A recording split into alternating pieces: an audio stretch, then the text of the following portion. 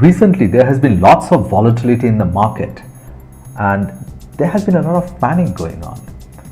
In this video, I'm going to show you how most people end up losing money during a market correction and how you can avoid doing the same.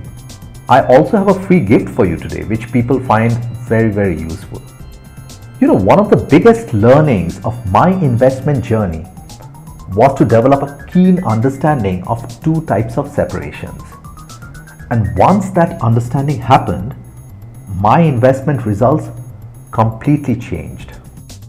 So this is the first type of separation, that is separation of the capital from the income. The capital is what we invest in an asset, and the asset in turn generates an income. Like in this case, a farm generates the produce. In case of a real estate, the capital is invested in the physical properties and they generate a rental income. Now the same happens with the business. The capital is invested in acquiring the plant and equipment and is also invested in the working capital. The business hires employees who use their talents to convert the raw materials into products and services which are used to solve problems for the customers. The business in turn generates an income in form of its earnings. And the intrinsic value of any investment asset, including a business, that depends solely on its income generating ability. Now, in the long run, the market price of that capital investment is bound to reflect this intrinsic value. In case of a listed business, the small slices of that capital investment are traded in the stock market in form of shares. And in the short term, the market price movements actually have nothing to do with how the operating business or the underlying asset is performing. If you are talking about a real estate investment or say a farm or even a private business, just because there is no stock market, you don't get to see the daily or hourly movements in the prices of the small slices of capital, right? I mean, in case of your farm or real estate, you don't keep calling your agent every day or every hour to check if the market value of your investment has changed. But in case of a listed business, you do that just because there is a printed ticker code. So that brings us to the second form of separation, which is the separation between the left side where the actual business is taking place and the right side, which is the marketplace where people buy and sell their shares, which are nothing but the small slices of capital which has gone into the business. And these two actually have very little connection in the short term. While the business is going on here as usual, the marketplace is mostly filled with noise. This understanding plays a very important role in the long-term wealth building.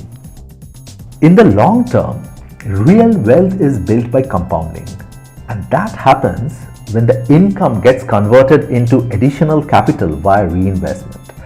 Now, in case of the farm, when the accumulated income is invested in acquiring additional pieces of land, that additional capital generates an income growth. Now, business is no different.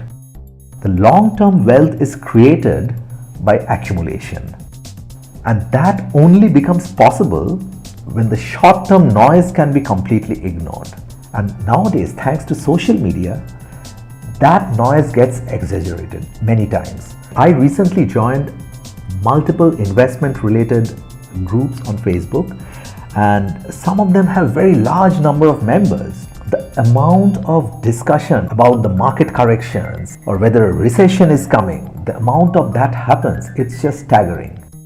So no wonder the participants, they get influenced by what they're reading every day, every hour, every minute. And they actually do not realize when they are complaining about market corrections that they are the market. When you have such large groups of people coming together and discussing about the market, they don't realize that they are the market. This is just like a driver who is caught in a traffic jam and is complaining about traffic without realizing that he is the traffic. The situation is very similar in the market. in the short term, the market price often depends upon this, which has got nothing to do with the operating characteristic of the business. Now, in the long run, the intrinsic value of a business grows with the growth in its income generating ability. And that intrinsic value growth is reflected in the growth in the share price and growth in investor wealth, as this picture depicts. Now, when we look at this too closely, we see a very different picture. And the more magnified the view is, the scarier it gets. Whereas in reality, when we develop a deep understanding of the two separations that I talked about earlier, we realize the drivers of the long-term value growth and the short-term volatility. And we realize that there is actually nothing to be scared about. Now, whether the value of your investments eventually reach here or whether they eventually reach here, that does not depend on the short-term market movements. It depends on the return on capital. And we discuss a lot of interesting businesses which generate high returns on capital in our investment forum, the group on Facebook, and I invite you to join that. The link is provided below the video in the description section. Now, the market volatility is not a risk. Real risk lies in not knowing what we are investing in.